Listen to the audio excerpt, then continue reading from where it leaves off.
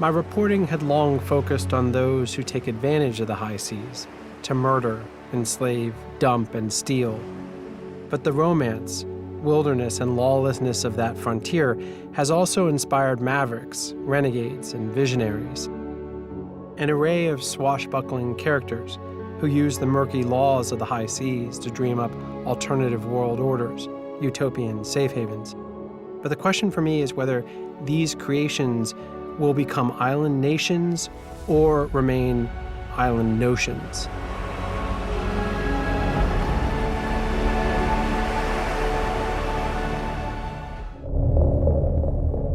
Two-thirds of the planet is covered by water. It's our planet's wildest frontier, breathtaking as much as it is vital to all life. A place of discovery and endless reinvention, a metaphor for freedom, as well as a profoundly dystopian realm where the darkest of all humanities play out. Over 50 million people work at sea, and human rights and environmental abuses often occur with impunity. Six people are sleeping in here. So hot. This is, I've never ever seen this bad. My name is Ian Urbina. As a journalist, I've spent the past decade reporting from this lawless frontier. I run an investigative journalism organization called the Outlaw Ocean Project that reports about crimes happening in this space.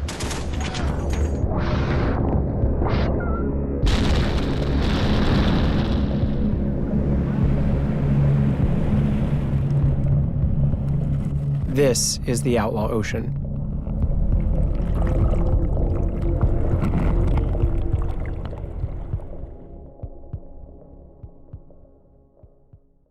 This is Radio Caroline. It's 1965. The BBC and other broadcasters are only playing popular music late at night, leaving young audiences starved for more. Rogue DJs turn to the Outlaw Ocean. Aboard ships in the rough North Sea, just beyond the reach of British laws, pirate radio stations are born. They quickly attract millions of listeners. Millions of kids have learnt to say, "I love Caroline" on 199, and they lap it up from 6 in the morning until 8 o'clock at night. One such pirate broadcaster was Paddy Roy Bates. He took this legal quirk a step further. On Christmas Eve of 1966, he motored a small boat 7 miles off the coast of England to a rusty, abandoned anti-aircraft tower. At the time, Ruff's Tower lay just outside British waters. Inspired with a nutty idea for a perfect gift for his wife, Roy took hold of a grappling hook and rope, clambered aboard, and declared it conquered, even making it into the local news of the time. Why did you do it? Well, I'm not really introspective, really, you know, and I never really look for the reasons why I do a lot of it. I suppose I'm a maverick. I do the unusual, and I enjoy doing the unusual. And these sort of things don't just tempt me, they attract me like a magnet, and I just have to do them, that's all.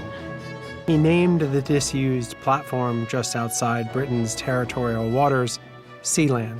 It didn't look like much, but now it was his, and his alone. And what a perfect gift for his wife. But it wasn't long before Bates's new nation was challenged in British courts, a colorful story that was reported by American media at the time. The British Navy sent a boat close by. Roy Bates' son, Michael, fired warning shots.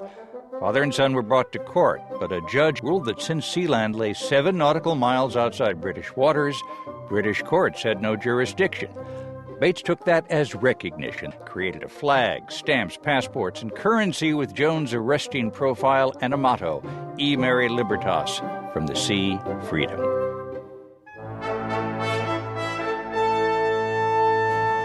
The improbable creation story of the world's tiniest maritime nation was a thumb in the eye of international law.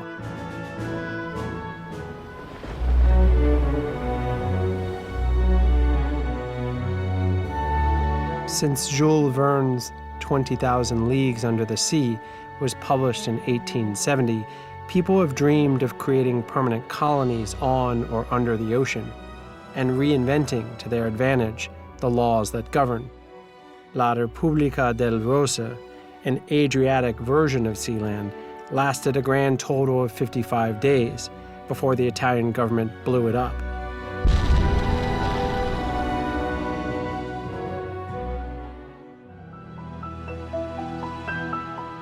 Today, the movement to reconquer the oceans has received a new boost from Silicon Valley and Bitcoin investors. The Seasteading Institute envisions water worlds where governments are selected in an open market, taxes can be waived, and climate change can be hacked. We just need to reopen the frontier by building floating cities, city-states on the ocean. And the goal of this is to transform the entire government industry. Named after the homesteads of the American West, seasteads are conceived as self-sufficient, self-governing, part libertarian utopia, part billionaire's playground. In the meanwhile, climate change and rising seas suggest their pioneering sustainable housing and food production may just offer some solutions.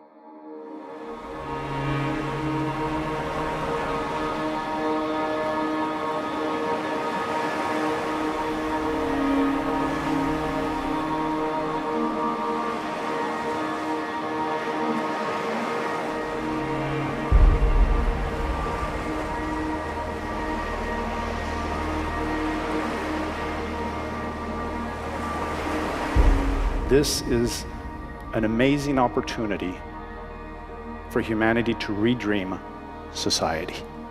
This is not just about exploring and finding new territory or creating micronation states. We are talking about entire new ways of organizing society with no fixed borders, no divisions, and no limitations. I invite you to journey back to our roots. We came from the ocean, and we will go back to the ocean.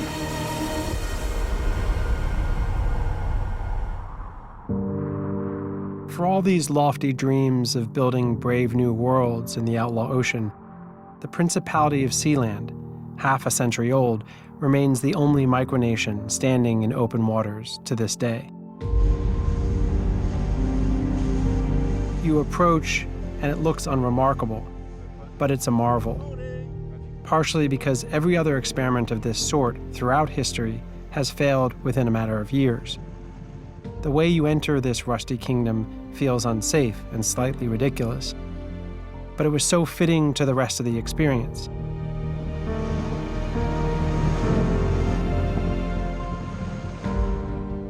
Today, the citizenry of Sealand has dwindled to one.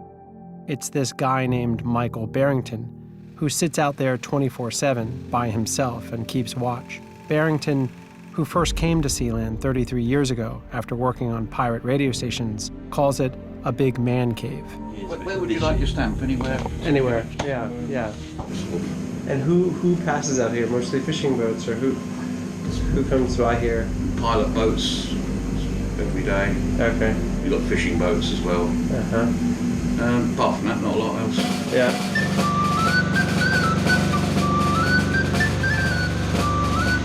Rooms inside the concrete towers include a multi-faith chapel. Some are below the waterline, and there's a constant sound of sloshing. I mean, we're underwater now, but... Oh, is that right? Just flip the switch on. A small prison cell with an iron bedstead once housed the state's only prisoner in 1978 during an attempted coup. These guys came out of the helicopter. I was here on my own. They came down to the winch market, waving away, one thing led to another. I ended up being locked in a room for 3 or 4 days with no food or water. Prince Michael was released and exiled, and then with his father, they recaptured Sealand in a dawn raid in a helicopter. Though they released the mercenaries, they held on to the businessman's lawyer, accusing him of treason. Mr. Putz pleaded guilty to a charge of treason. He was eventually freed after a German diplomat came out to investigate, as reported on a local news program. If we had a case of treason to deal with, we would use this as a courtroom, because the jail's down there, and then we could have our vicar in there or whatever, so that's the chapel. So when we execute the part, we could Oh, this is flawless. bloody weirder and weirder every floor he's going down. Yeah, seriously.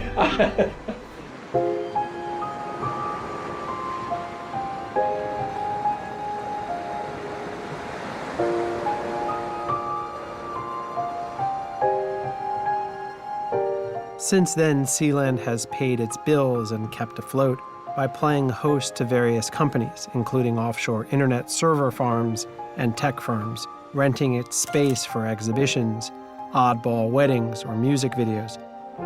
But one thing was clear to Bates.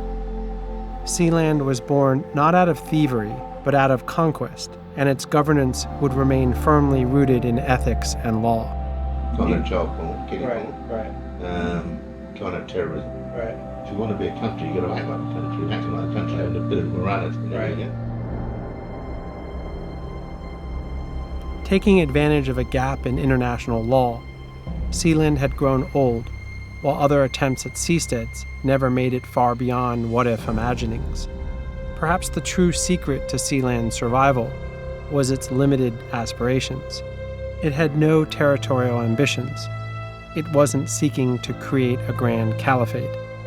In the view of its powerful neighbors, Sealand was merely a rusty kingdom, easier to ignore than to eradicate.